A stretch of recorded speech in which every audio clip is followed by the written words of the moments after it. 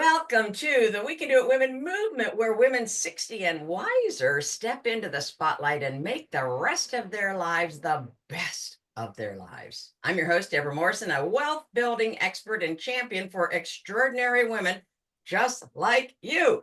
For over 47 years, I've helped women secure their financial futures.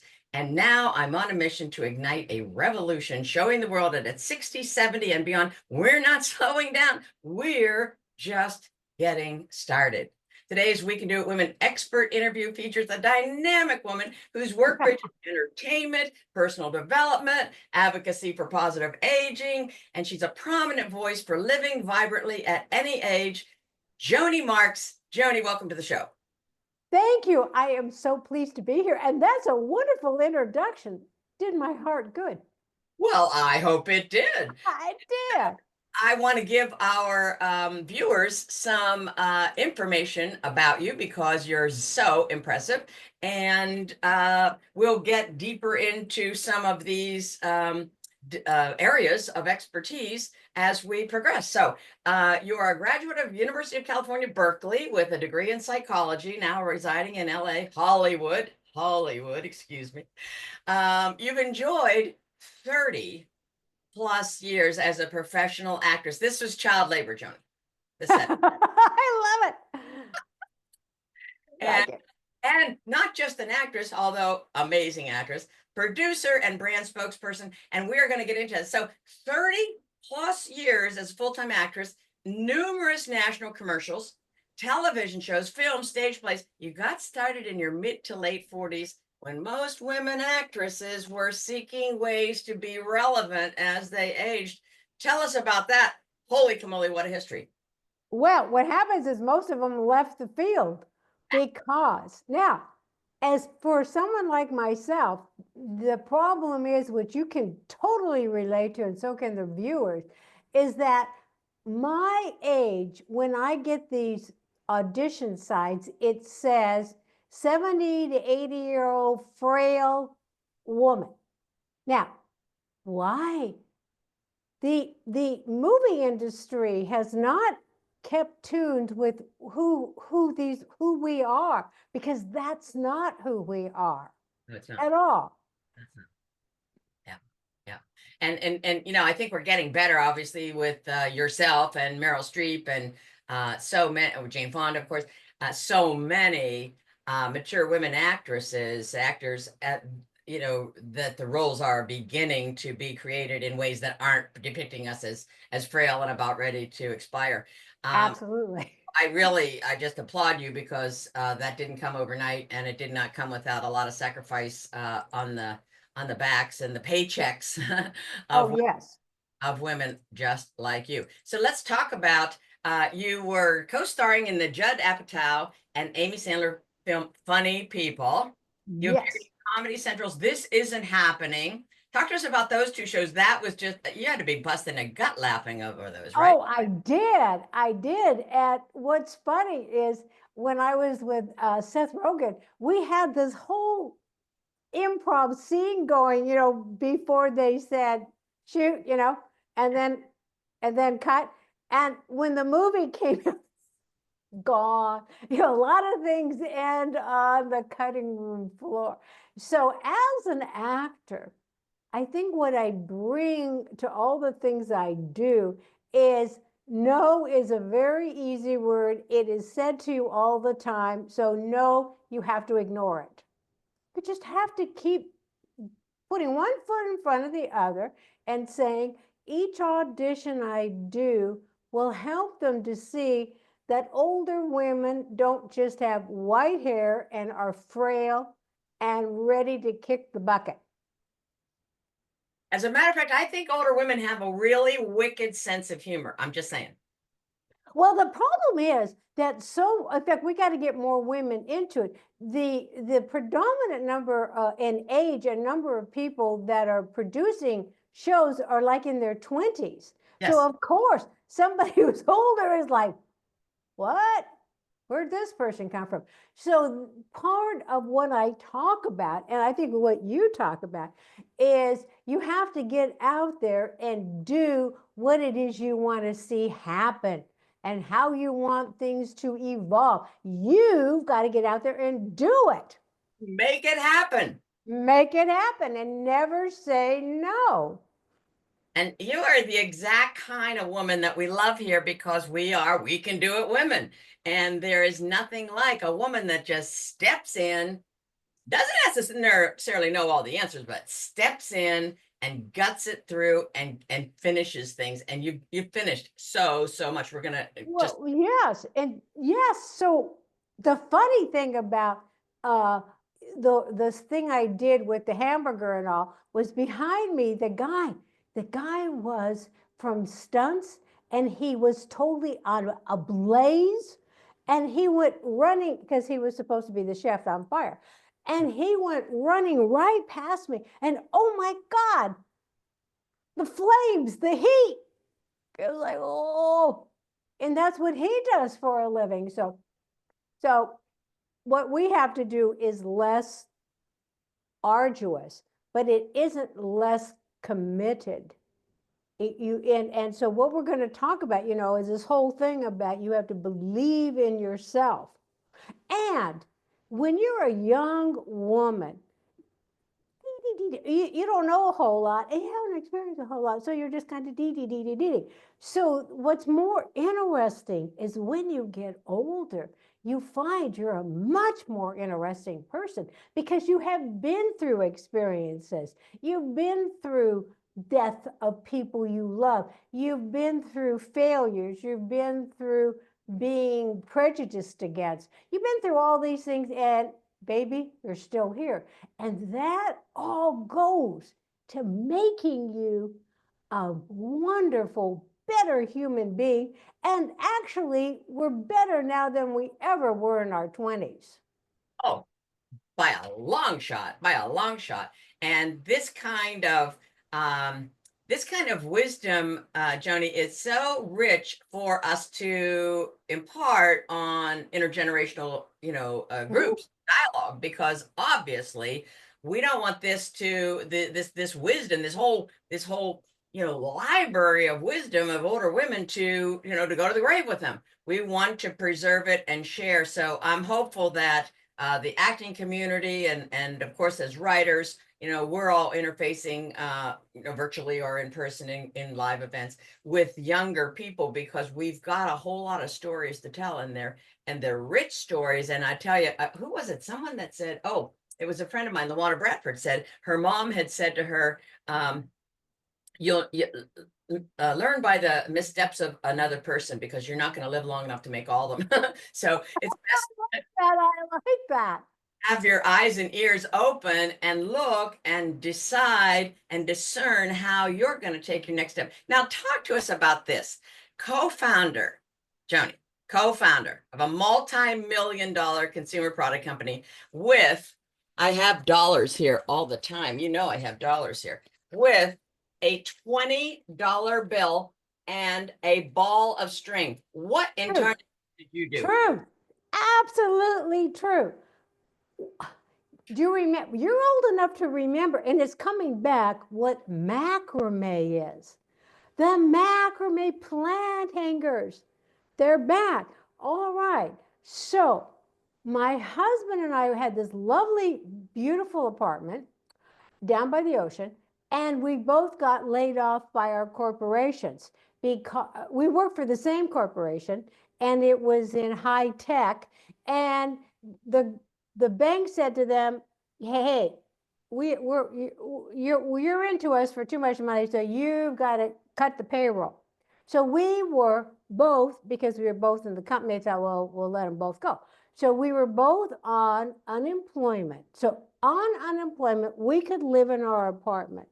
We could eat, but we couldn't do anything. And finally, I said, oh my God, I got to make some money. So I went to a ceramics class and I made these ceramic beads and I put them in a decorated box. And then someone showed me how to make a little a little macrame hanger with a driftwood mounted top, and it had my beads in it. So I take it to the affluent Palos Verdes. Oh, They yeah. had a shortage of money up there. And there was a shop called Yarns and Fats. And I walk in there with my little box and my hanger. And he said, okay, I'll buy the beads. How much? And I said, $20. And he said, oh, can I have the box too? And I said, oh yeah, sure. Okay, so the $20. And then he says to me, oh, do you have a kit for this hanger, this jute hanger? I said, well, would you buy some? And he said, yeah. I said, well, how many will you buy? And he said, I'll buy a dozen. That's 12. I said, okay, I'll come back next week. So I run home. So here's my husband who has a PhD in astrophysics. And I say, if you write the instructions, we'll do it. So then we go to the Vaughn's supermarket because in the produce section, they had bags without labels on it. So we stole 12 bags. Now, we lived down by, by Hermosa Beach. Oh yeah, it's beautiful. Okay, so the driftwood mounted hanging was a piece of driftwood that some dog had probably peed on, or multiple dogs had peed on, and we go and we collect 12 more of those. Seasoned they were, Joanie, seasoned. Seasoned driftwood. Okay, and we go back and we sold it to him.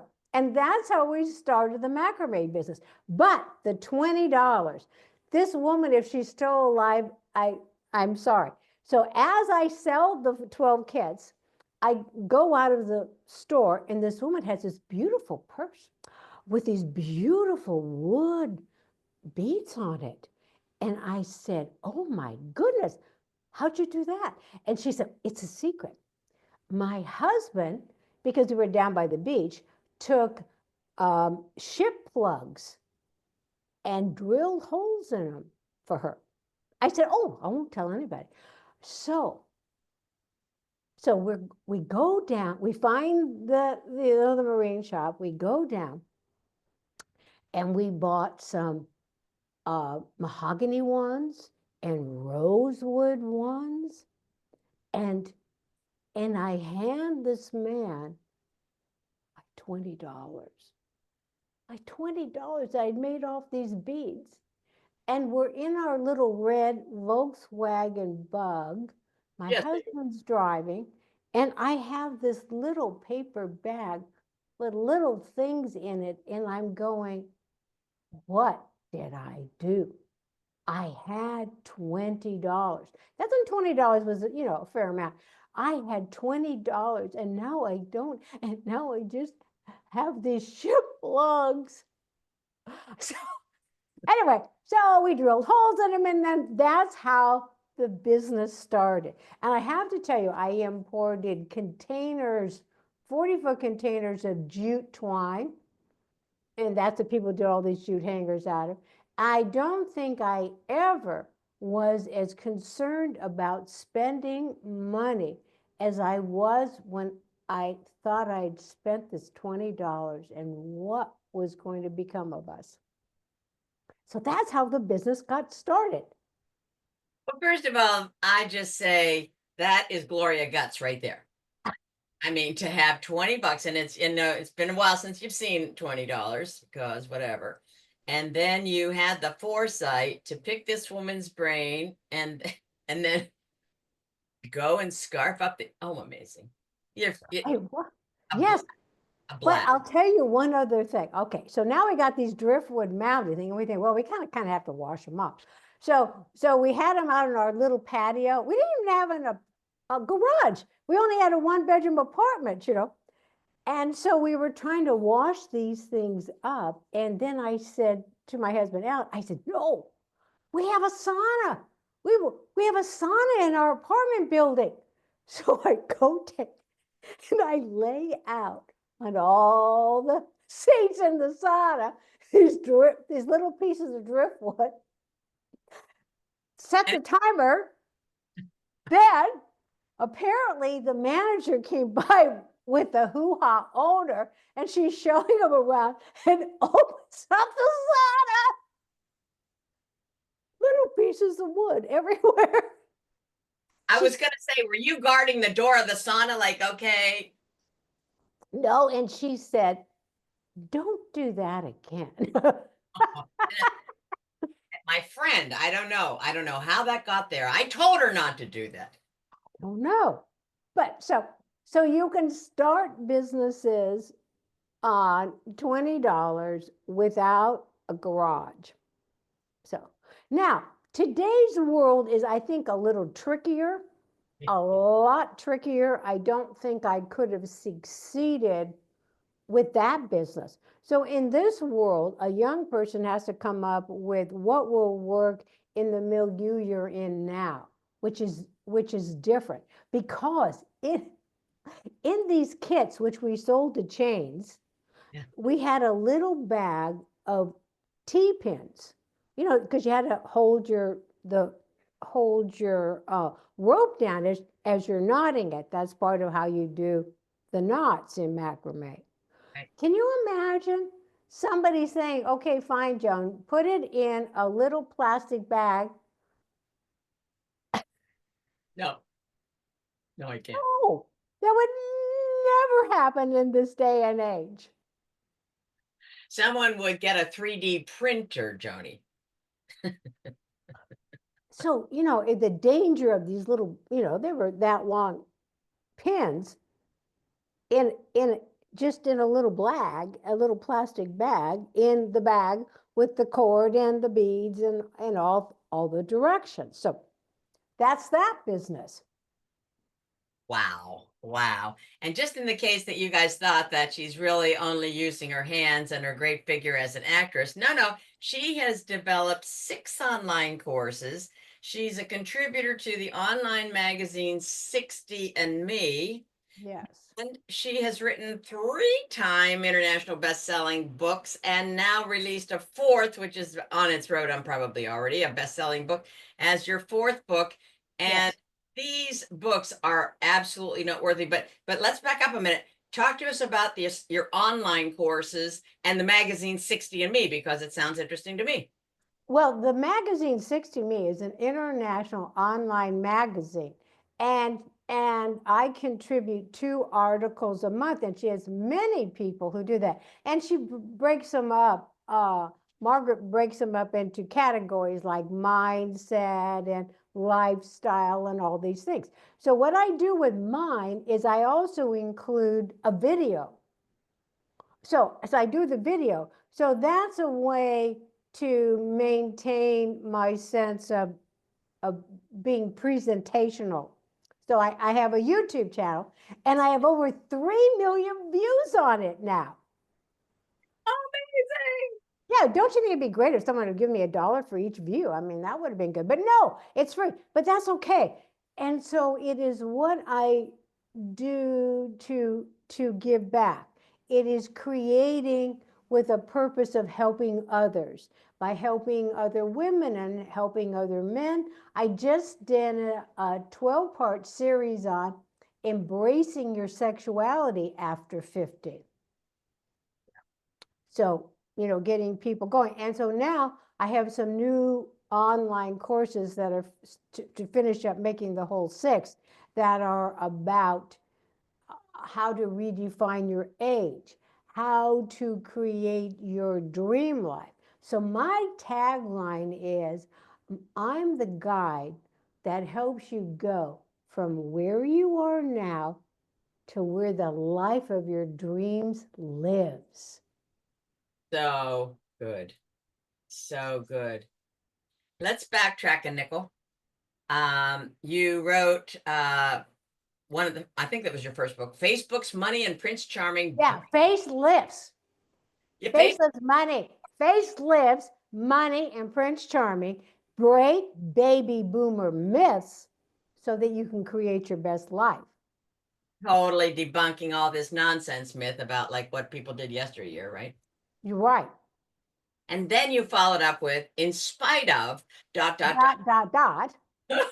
talk Yeah, to us about that. I was just like, I keep expanding my screen. Like, what's the rest of the title? I was like, that's it. In spite of dot, dot, dot. And it came out right with the COVID pandemic. It was a perfect title.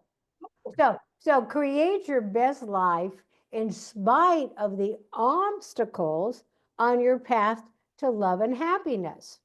Absolutely. A little long, sometimes, but it's the whole thing about you do it in spite of. If you have obstacles, everybody has obstacles in their life. I mean, that's what life is. It is not just smooth. And if it was totally smooth, you'd be so boring that nobody would want to talk to you or know you at all. And there's not a bone in your body, Joanie, that's boring as far as I'm concerned. So Ah, you're writing in spite of. yeah, so I'm writing in spite of. So that's about what you say to yourself. What are these self-imposed obstacles? And I talk a lot about, see that inner critic that sits on your shoulder going bam, bam, bam in your ear. You have to go, wow. So this book talks about how to get rid of limiting beliefs. You cannot get rid of your limiting beliefs unless you actually hear them. So you have to be quiet enough, or you have to, as you're doing dishes and driving where you know to do and putting your makeup on, you'll often, or taking a shower, you'll start hearing this negative talk in your ear. And if you start paying attention, you'll see whose voice it is that's saying all these negative things to you. It's not the same person. It could be your mother, it could be your husband, it could be a school teacher. So saying different things are different voices. So that's what my books are about, is becoming self-aware and looking at what the limitations are that you are setting for yourself.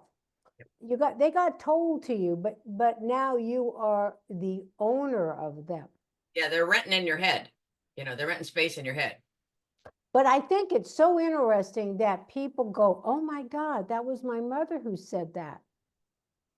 And I think when you discern who the voice is, it gives you a real window into where did this limiting belief come from? How did it get planted inside of you? Well, that voice probably had a lot to do with it. Right. Maybe not the only person, but there's primary people. Yeah. Oh, Yeah, it's I so good. want to. Can I make a suggestion of an exercise?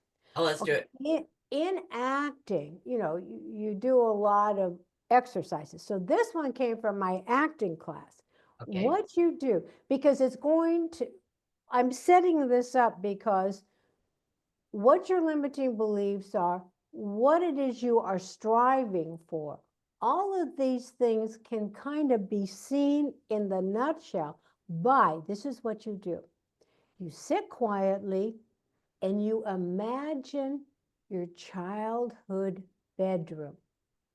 You think about all the things that were in your bedroom, all the toys, all the books, the pillows, your mirror, your stuffed animals, and you close your eyes and you put your hand out and you say, I know one of you have something very important to tell me. And you've never told it to me, but I am ready to hear it. So please come into my hand and tell me. Wow. When this happened, this is a class of 40 actors. By the time each of these items went into each of these actors' hands, it was a toss-up between what was louder, the crying or the laughing. Exactly. Exactly. So I'm suggesting for all of us to do that. I did that. And it amazed me what the item was and what it said to me. So if we are on a continuing journey to realize our dream, to go from where we are now to where the life of our dreams lives, what is in your hand?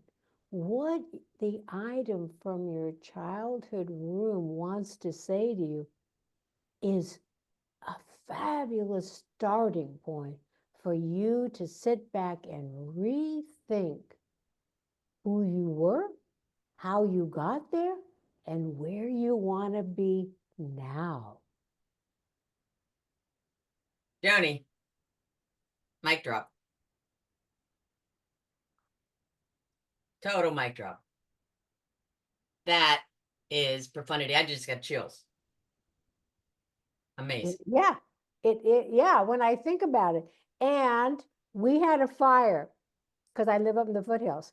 And one of the 10 things I took was the item that I still have that was in my hand.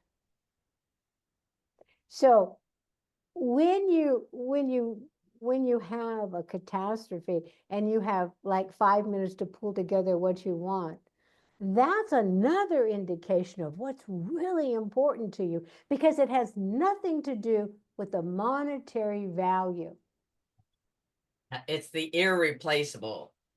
And Exactly. people have had all over the country those, very, very short notice comeuppances. And I do too marvel at what people had, had the presence of mind to take. So that is a completely profound statement, and everybody play with that in your mind. If you had to leave your home and you had a couple of things that you could put in your arms, what would you be taking? And I think that shifts us from the kind of keeping up with the Joneses and how many trinkets and tech things we can buy from Amazon. Let's talk to you about your third book, because I want to get to the fourth book for sure. The Expert's Cure. Talk to us about that. Oh, that's a very interesting book. That is an anthology. And I did the first chapter, but what it's about is that there's 20 people, me being one of them, who wrote, and it was very short, you had like 1,200 words.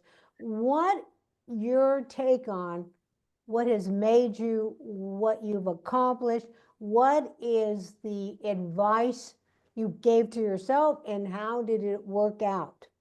And so they're very wonderful.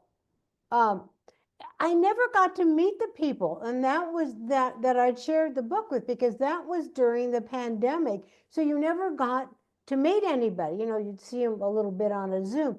And so that book came out, and it also became Wall Street Journal and USA Today bestseller. Because it's pithy. People they couldn't go on and on and on. It's kind of like into this interview. You kind of got to get the main points in and get it sealed in, and because you got a very limited time, and people have much more limited attention span than in the olden days. Yes. Yeah, for sure. So I love these anthology books. I commend you for sure. I'm in a couple of them myself, and I like the pithiness, to your very point. Now let's talk about your most recent book, Finding True Love After 50, Create Your Best Life in an Age of Loneliness, published October 2024, focusing on self-love and relationships. I happen to have one. I hope you do. I have one copy right here to share. And I have it on my Kindle. So oh, thank you. Thank you so much. And I'm going to tell the audience a little, and like some excerpts that I peeled from it. Walked through the road of grief in holding your husband Joe's hand as he died. Oh, yes. And you began.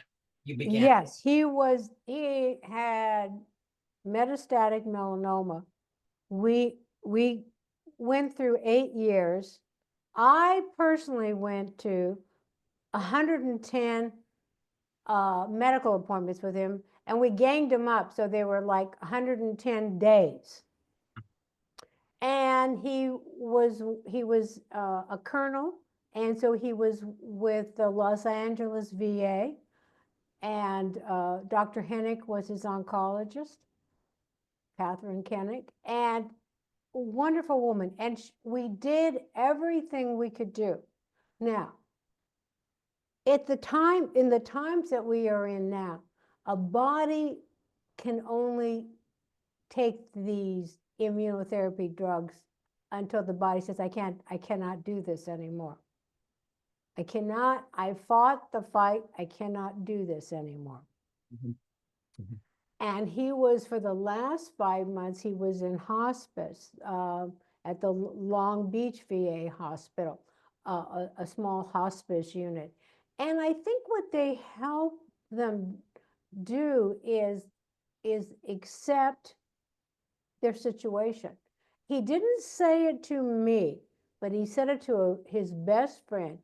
He said, you know, his best friend called him about 3 days before he died because he was really getting frail. And Tony said to my husband, Joe, he said, you know, it's okay, Joe. You can go now. You've accomplished so much. You've done so much in your life. And Joe said to Tony, yes, I know. I have done everything I wanted. And I'm just waiting for my time, is what he said to his friend Tony. And I was out of town because this had been going on for so long and he seemed to be all right. So I was gone. So, and I told him when I saw him, I said, okay, I'll be back Tuesday night to see you. And I wasn't able to. Oh, I was coming back from San Diego and it was the hardest rain I'd ever been in. And coming home from San Diego, there were 7 car wrecks. I said, you know what, Joan, you really need to go home. You need to go home. So I told Jeff, his son, who was with him at hospice, I said, tell Joe I'm coming tomorrow. Okay. So I got there Wednesday, and before I could even get to his room, the nurse says to me, oh, he's very frail. And I said, well, he's not going to die today, because it was December the 15th, and December the 16th was a big day for him. A lot of things had happened in his life. So I thought, well, it'll probably be tomorrow. So I went there and I sat down and I was holding his hand and he really squeezed my hand hard 3 times. So I really knew that he knew I was there. And I said, well, Joe, you don't have to worry. You know, we'll just rest and tomorrow will be the 16th. And think of it just kind of like being at an airport, you're waiting for your plane. And then I told him a funny story. And when I got through with the story, I heard him do this exhale. You know, people say, I heard them take their last breath. No, it's the exhale. Awesome. Yeah. And I sat there for a second. I was just, then I tried to feel for his pulse and I couldn't tell. My heart was beating so fast. I couldn't tell whether he had any pulse or if it was just, was me. And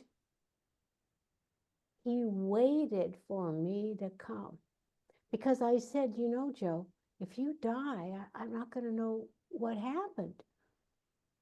I really won't know. So he waited, and the charge nurse said they do that.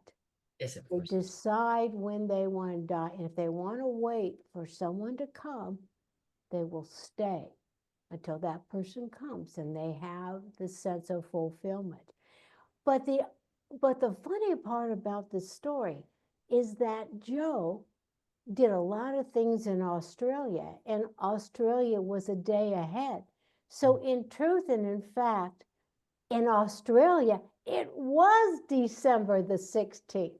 So it was December the 15th here, but it was December the 16th in Australia. So he had the last laugh. he did. And so I was sitting there and I said, Joe's life is over, but mine is not. What about me?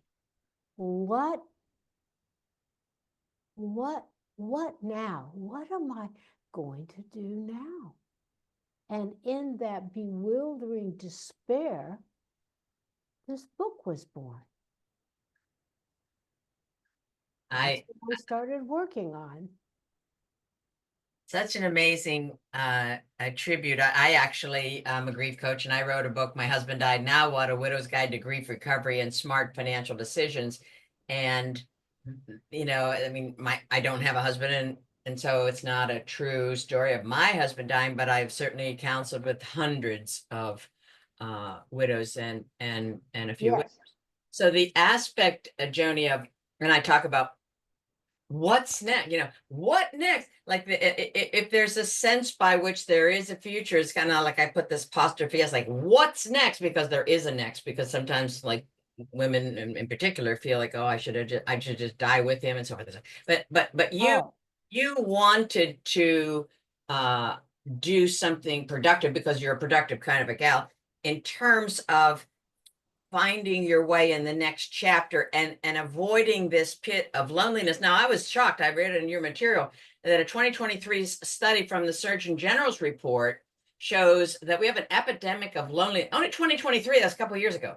We have an yes. epidemic of loneliness and isolation, in that 1 in 2 adults report measurable levels of loneliness, and the depression and the increase in the risk of premature death is 30% if we don't manage this. So talk to us about the 4 parts of your book. I've gotten them written out, but I'd love to hear you just detail of how you bring the reader through your transition and your being with Joe as he transitioned. I did, and then I talk about a little bit of our love, how we met, and how that all worked out. Um, I would like to start. I wrote a poem. In my first book, Faceless, Mighty, Prince Charming, I wrote the poem Mirror, Mirror on the Wall. All right, so in the beginning of this book, okay, this is, now I don't have a husband, now I'm 10 years older.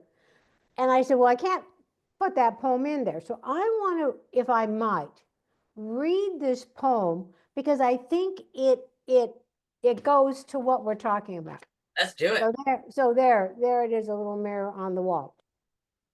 Mirror, because we know that from, Snow White and the Seven Dwarfs, and the mean godmother. Mirror, mirror on the wall, who is the fairest of them all? I always knew the answer was not me. Looking deep into the mirror, I would say, well, I'm cute, I'm smart, and perky. That will have to be enough for me to catch the eye of my Prince Charming. Now I'm older, and my Prince Charming is dead. Who now will recall the first time they saw that cute, perky young woman? There aren't but a dwindling few who remember me that way. Great. Mirror, mirror on the wall, I need to value myself even more. I have age, wisdom, and wit. I have a sparkle in my eye and quickness in my step. I have joy in my heart, for I still believe the best is yet to be. And that's what I try to encourage my readers, encourage the people who do my videos, encourage the friends I have. The best is yet to be. And we need to own our worth at the age we are. That's it. That's it. No waiting, no pushing it off, no postponing. Now. Right. And at the end of every one of my videos, I say, and remember every morning to look into your mirror, smile at yourself, and say, I am my own best friend, for I came into this world to be myself. For that I came. Mm. That's the message. And we have to get rid of the noise of the media, what they say about us. It isn't true. It The is. best is now, and the best is still yet to be.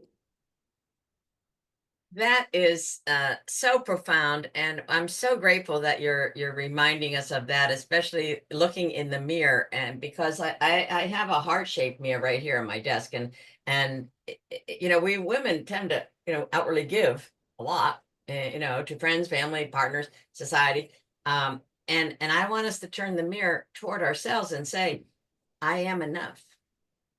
Oh, I am becoming, I am enough, I am becoming, and I will be. And then I fill in, what my aspiration is. And it's, sometimes a little different.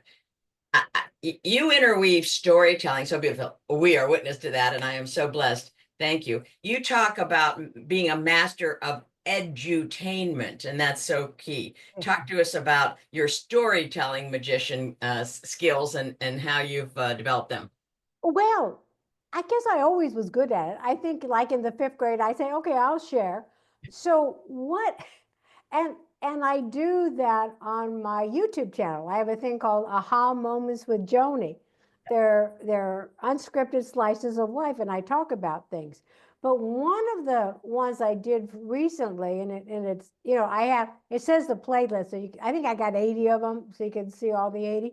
But one of them is germane to what we're talking about here, which is loneliness and feeling isolated. I just came back in March from Papua New Guinea.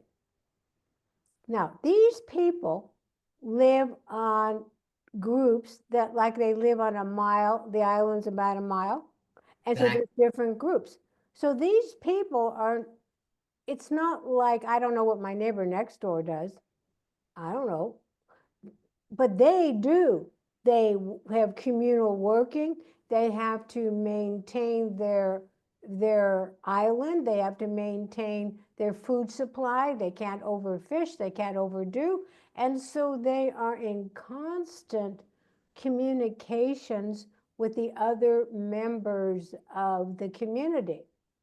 And the other thing they do, which we don't do, is that on each of these islands, there's a man's house and a woman's house. In the man's house, the men, no women can go in there, or vice versa. But like in the man's house, they take the boys and in the casual sense, they teach them what the skills are that they need to do to be able to live successfully in their community. What are their customs, how to behave, how to treat women, how to be a man. And the same thing happens in the woman's house, how they treat and how to raise their daughters. And in our society, which is what we're talking about, isolation and loneliness, kids learn it from an internet or from their friends. So there is not the sense of the imprint of the community values, the community stories. What Yes. did your grandfather do? What did Yes. your great grandfather do? How did he build this? How did he get a canoe and come from a different island to this island? How did he do it? No GPS, Yeah. no Google. No electric drills. Yeah. So this is why these people would have no concept of what we're talking about, isolation or loneliness. Not But at all. we do, because we aren't we don't intermingle. We aren't socially connected with our neighborhood. Like once a year we have a neighborhood association meeting, and that's about it. And so no wonder you drive up your own driveway, you go in your own garage, and so you are disconnected. And to become connected takes interest, and it takes a little bit of effort. It does. Intentionality, Joni, right? Oh, I like that word. Oh, that's a great word. Yeah, let's just, I always want us to be intentional about our money for sure, our wealth, which is, multifaceted. It's our health, it's our physical, mental, relational, spiritual, and financial. But be intentional about building our wealth, because money by itself doesn't work. I mean, we've all been at the bedside of someone that's dying, and they'd change, a lot of money for another month or a day or an hour.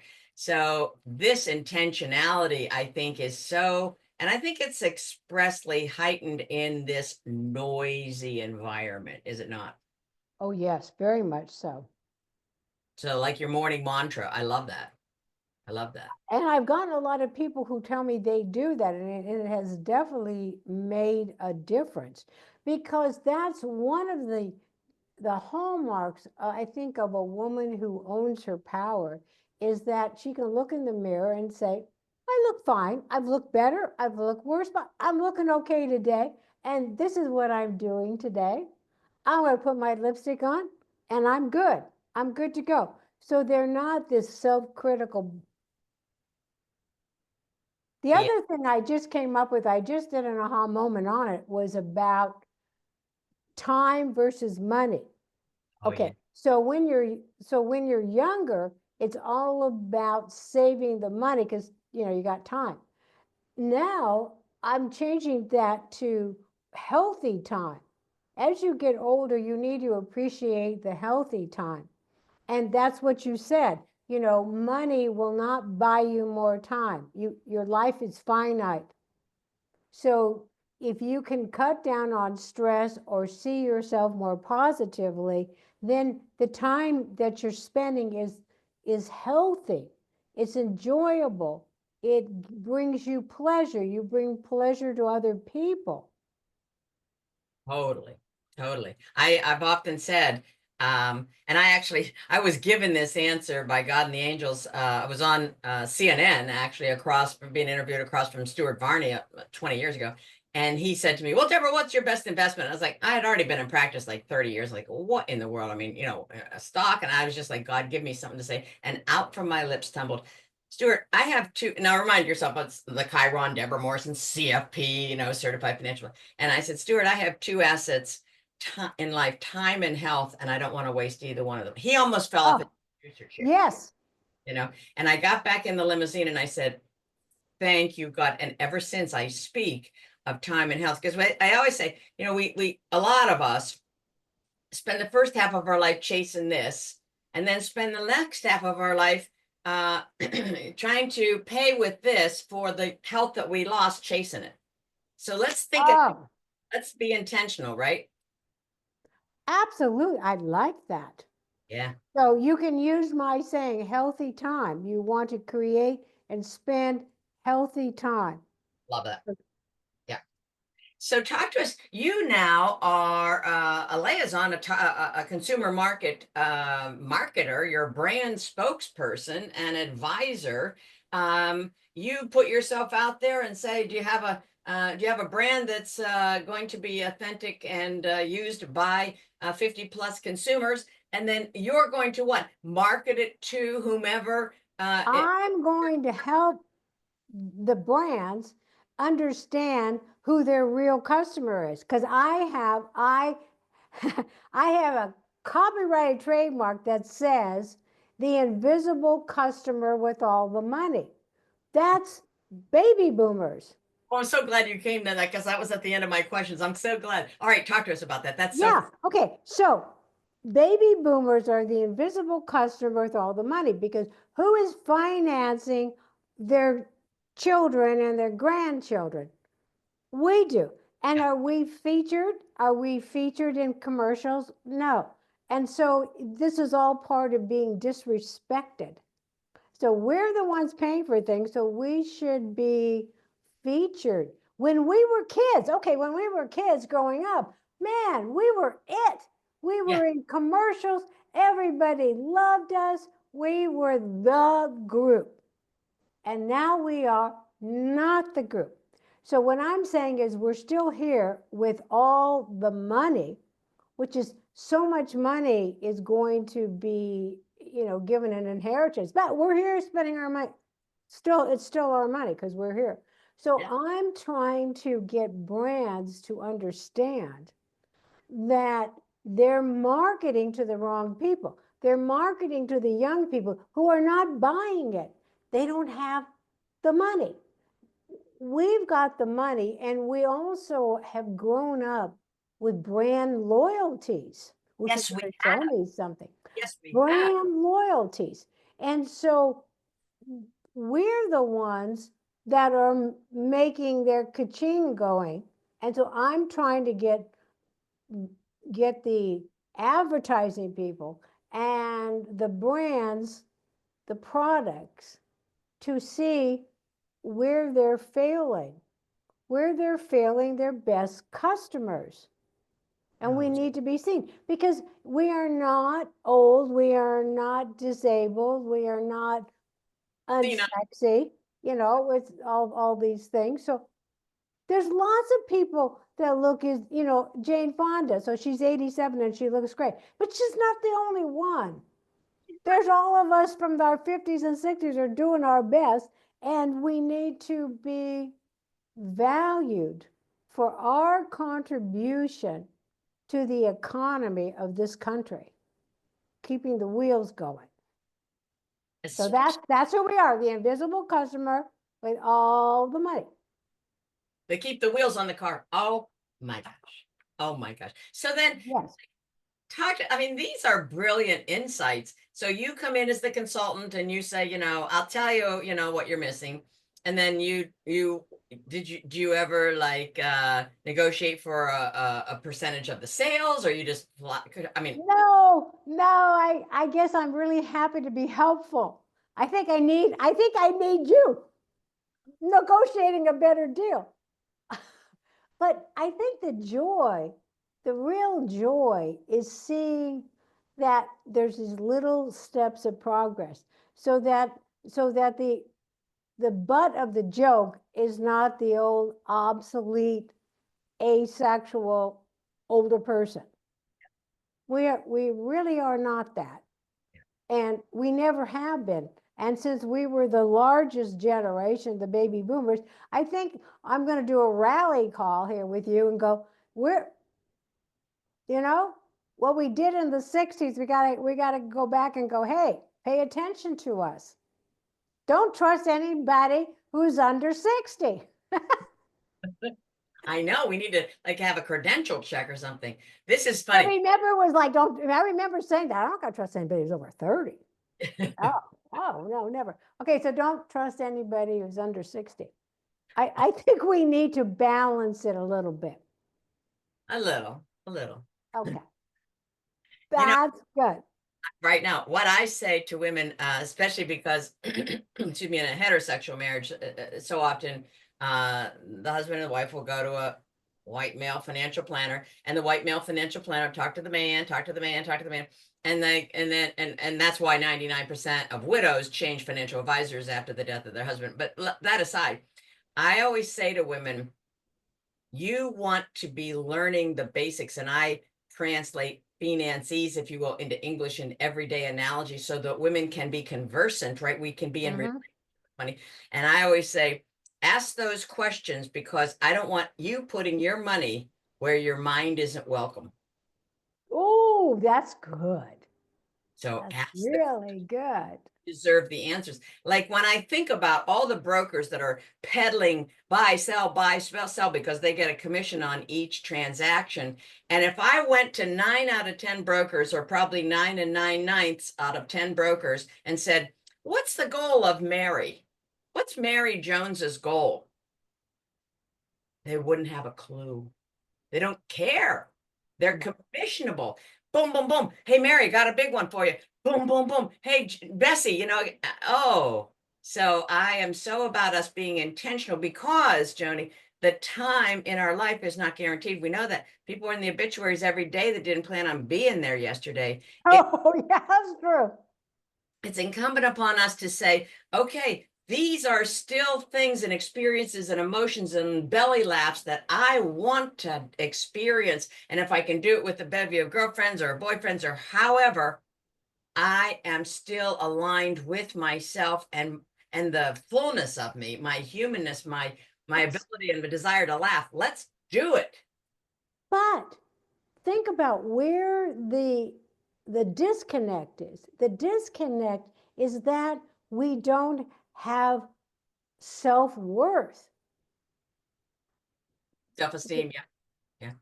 So what I do in my book, my book is about finding true love after 50, is about learning that you are the person who love you love yourself, you are the wealth of joy and energy. And if you can't see that you're the most important person in the equation, you're never going to be able to help others. So this whole thing of self-worth, of what you said earlier, feeling that you are enough. My book takes people through how to really learn to love themselves.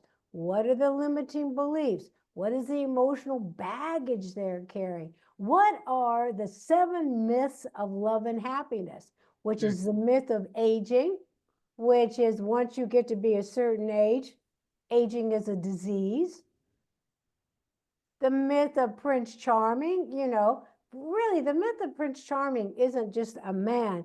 It's really about chasing after anything that's going to fulfill a need in you that you're not fulfilling. But you can't expect someone else to do that for you. You have to learn to love yourself and learn how to fulfill yourself. Because when we grew up, there was a circle, what I call cheerleaders. There was your parents. There was my husband Joe. There was my college Sue. Don't worry, Joan, you got it. You can do it. Go be on Deborah's show. You're going to be great. Those people are gone. My parents are dead. Sue's dead. My beloved Joe is dead. So I have to learn to be my own cheerleader. So that's part of what you're saying is if you are your own cheerleader and you love yourself and you understand how to love yourself, how to nurture yourself, you are not going to put up with being disrespected in the outer world. And you betcha, girlfriend. And if let's just get serious. Like if I chunk it down like this, everybody like an eye roll, like, oh, hello, yeah. But if we don't love ourselves, how are we going to attract someone else? Because loving yourself is very attractive and it's enticing and it's Yes. raw, like bees to honey, the kinds of friendships and romantic relationships that some of us are seeking. And this is so rich. Your advice is so spot on, Joanie. I am delighted. The time has just flown by, and I want to give you an opportunity to give us a few last words of wisdom in topics perhaps that I didn't get to cover, which are many. We'll have to have you. Well, okay, so the main thing we've talked about is becoming your own person with your own values. So I'm going to, for a moment, say why I think my book would be helpful to you, Finding True Love After 50. Because each chapter, which is unique, each chapter ends with journal prompts, questions that are related exactly to that chapter. Like one is like, what are some dreams or aspirations you have for your life that you've held back from visualizing or even pursuing? So then you write these down, and there's space after each chapter to do this. Then there are affirmations that we say to ourselves. There are action items to take. And if you're going to give me, I will do my affirmations. I want to share these. Do it. Okay, so here. I am loved. I am lovable. I am powerful. I am confident. I am authentic. I believe in myself. I trust my emotions. I trust my inner authentic self. I love all of me unconditionally. I have always been connected to true love. You say that to yourself every day. You start with affirmations about your specialness, and you are special. And when you do this, you will start to believe it, because mostly what we've been taught is not to believe in ourselves, to believe what the media says, to believe what our parents said, which led to limiting beliefs and emotional baggage and closed mindsets, not open to all that's available to us. And I always talk about writing in a journal. Get a journal. This is my parting thought. Please get a journal, sit down quietly, open your journal and say, who am I? And what do I want to accomplish? And what do I want to feel like by the end of today, the end of next week? And can I visually see the dream that I'm working toward? And am I specific enough with details that I will be able to accomplish this dream? So please let me guide you from where you are now to where the life of your dreams lives. Joanie, amazing. Thank you. You've given us so many jewels here. Tell us how we can best reach you. Okay, Joanie at joaniemarx.com. Simple as that. Pretty straightforward. And Marx is like the Marx Brothers, M-A-R-X. Joanie, Joanie. I have lots of things if you would want to subscribe on my YouTube channel. I have 465 videos up there on all these different topics. I have my books. I would love to hear from you. Well, we are going to be in touch with you full show. And I want to thank you for joining us and thank each of you viewers for joining us on the We Can Do It Women show. Remember, I see you. I value you. And your greatest chapter is just beginning. If today's episode sparked something in you, I invite you to join our vibrant We Can Do It Women Facebook community right here via the link in the description below. And until next time, I'm Debra Morrison reminding you that it's never too late to shine, and pay attention to your money and it will surely pay you.